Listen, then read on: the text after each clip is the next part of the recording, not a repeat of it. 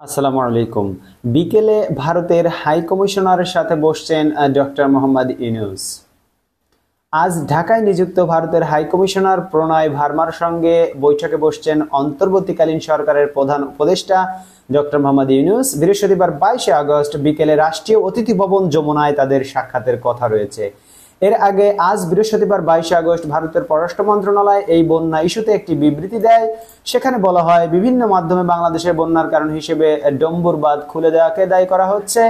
আদতে সে কথার ভিত্তি নেই, কারণ ডম্বুর বাঁধ বাংলাদেশ সীমান্ত থেকে 120 কিলোমিটার উজানে। দাবি করা হয়, গেল কয়েকদিনের অতিবৃষ্টিতে বেড়েছে গোমতী নদীর পানি, তাতে প্লাবিত হয়েছে আশপাশের অঞ্চল।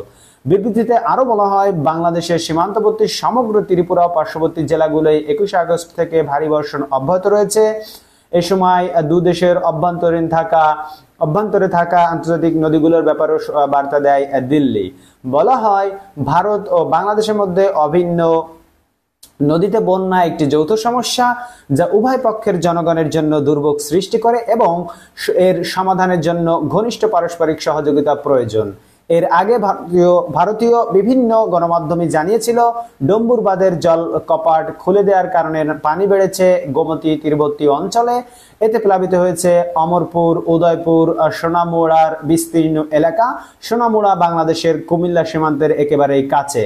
তো আপনারা দেখতে পাচ্ছেন, সেখানের মিডিয়াগুলো প্রকাশ করেছে যে বাঁধ খুলে দেওয়ার জন্য পানি বেড়েছে, এবং ভারতীয় সরকারের উপদেষ্টারা বলছে, কমিশনাররা বলছে যে না, এটা এমনি অতিবৃষ্টির কারণে হচ্ছে।